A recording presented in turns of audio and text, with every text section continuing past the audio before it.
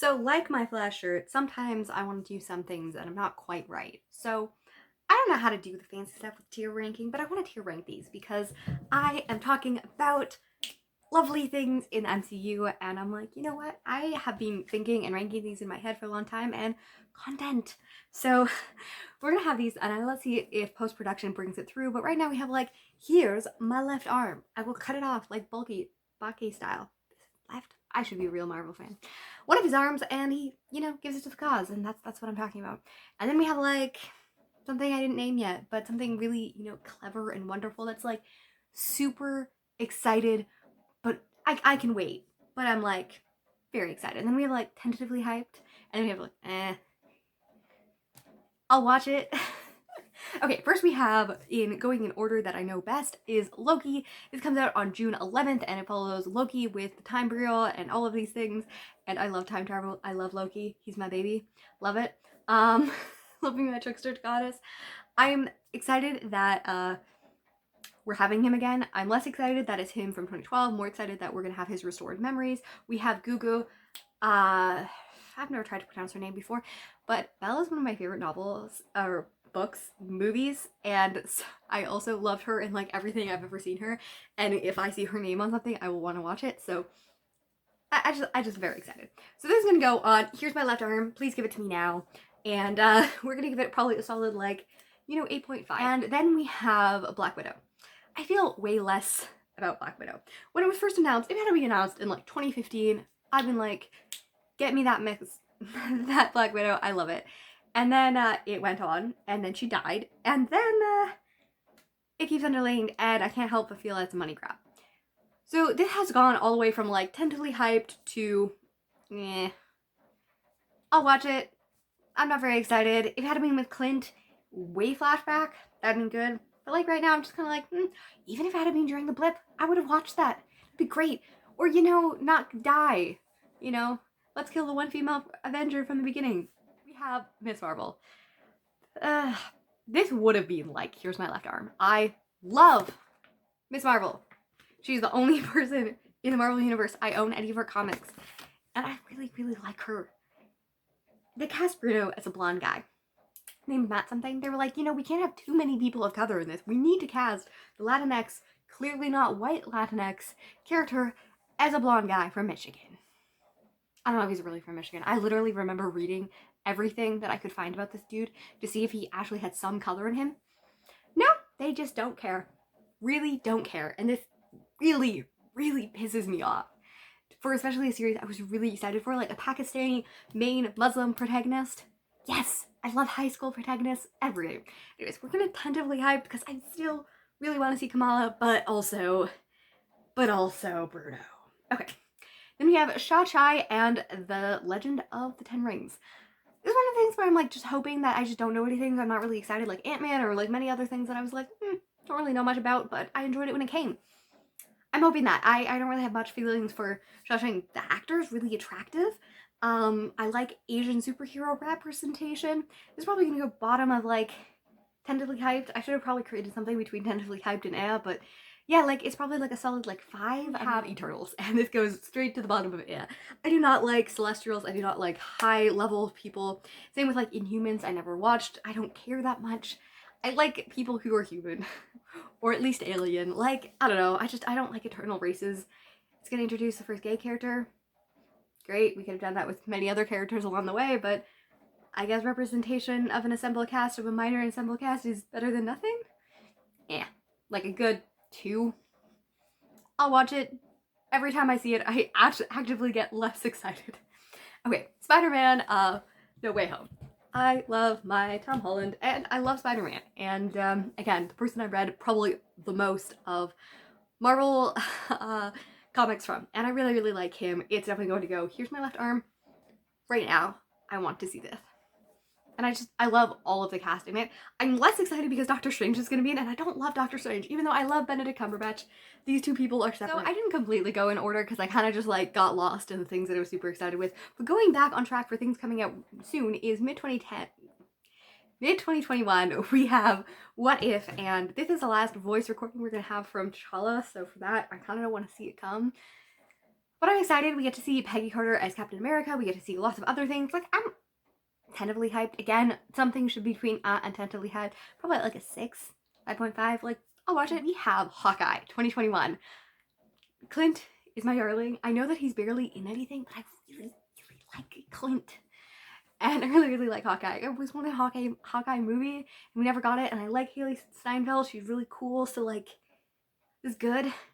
Yeah, and I like young heroes. So, yeah, we're going to put this as a tentatively, I put it in between. So, like, in that in-between second rate B tier. We're going to give it a solid, like, 7.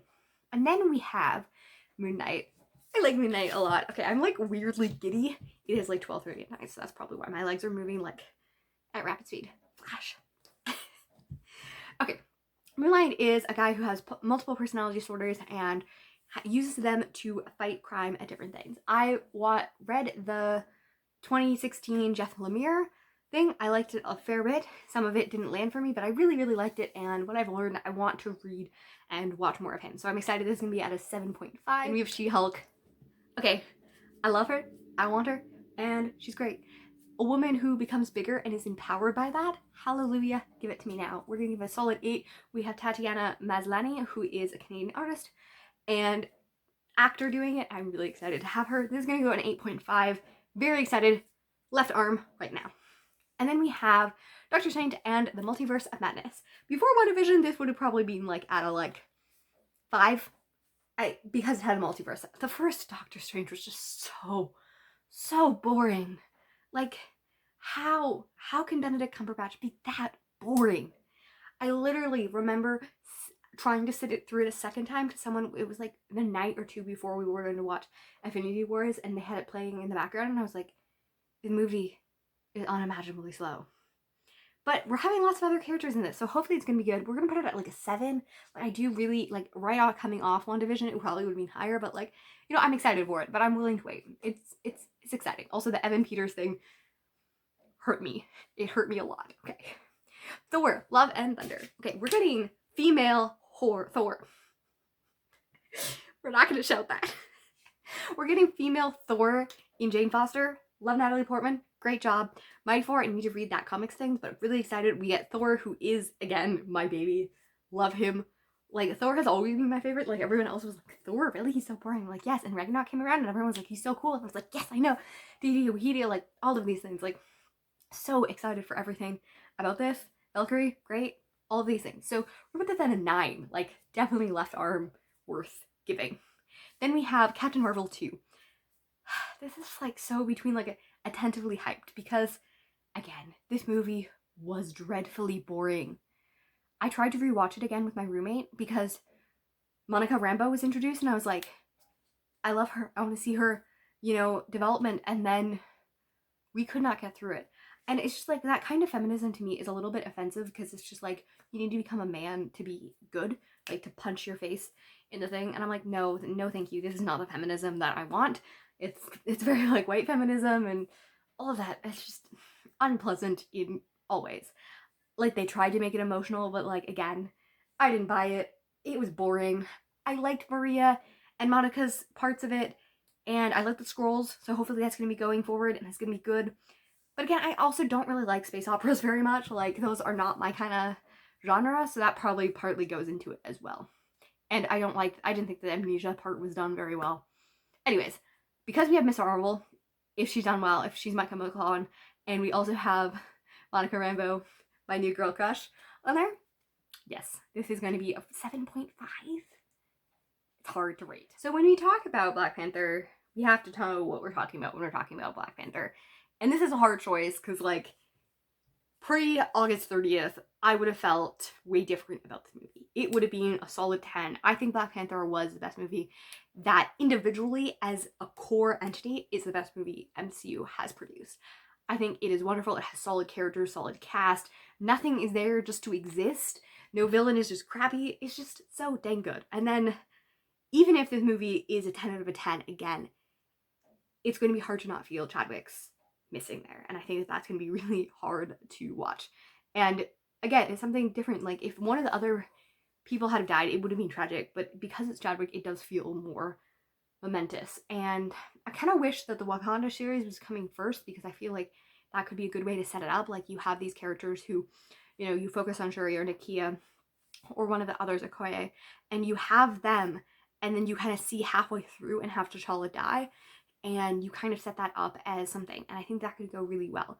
But this one, I feel like it's gonna be really hard to do it, and you can't just have like a closed casket funeral. Like, it's gonna be too hard, and I hope Shuri becomes the next Black Panther. I think she'll do a really good job. I know like other people have said Okoye or Nakia, and I don't see that as much, but like, I love these characters. I love the dynamic. It's gonna be a hard movie to watch. I'm gonna put it at a 7. I'm tentatively excited for it. I know I'm gonna like the world, but also it's gonna be sad. These ones that have not had a release dates announced, but they have been announced they're coming. Next one is Guardians 3. I'm gonna loop this in with a holiday special because, yeah, I like Guardians. They're cool. We're gonna have Thor. That's exciting. They're not ones that I like look forward to watching. I didn't watch the first Guardians until I had to watch the second one with my brother. So like that's kind of how I feel about it. We're gonna put this out a solid like 4. I'm excited. It's gonna be good. I'm not dying my heart to get it. Secret Invasion, similar thing. I like the scrolls. It will be cool. I'm kind of worried about everyone being scrolls. Like, I screamed at the end of Far From Home, but like, yeah, I don't know. Good like 3.5 for I'll watch. So I feel totally different about Ironheart, which focuses on Riri Williams, who I believe is the sidekick of Iron Man in the comics, and it's gonna be a weird thing to do a sidekick without him being there, so I'm not sure how that transition could go, but I'm really excited to have her in the suit and her story, and I need to read comics about her because I don't know much about her, but what I do know about her seems awesome, and that's all we need. So we're gonna put this at a solid like 6.5. Excited, don't know very much though. Armor Wars, I feel kind of the opposite. I like Don Cheadle. I like him as Rhodey. I don't know how I feel about him being a mantle of a series. Like, if he had kind of been like him and Riri, super exciting. Less him by himself. But I'm sure Riri's gonna be in this. I'm gonna put it at like a 4, 4.5. I'm excited. Not really, but I will watch it and probably enjoy it. And then we have Wakanda series. I kind of already went on this. This would probably be an 8. 7.5, 8. It's so far away that it's hard to be like super, super hyped. But if we're just gonna be able to see different people like M'Baku and like all of the women that are just so boss, yeah, I'm very excited for this. It's gonna be great. Fantastic Four, I'm not that interested. I've never watched the movies, so maybe I'd be more interested if I read more of the comics, but I've never been super drawn to them. Silver Surfer terrified me as a child, so did Green Goblin. I've gotten over my Green Goblin thing. But yeah, this is probably gonna be like a 2. Not very excited, it's very far off. Excelsior, and goodbye.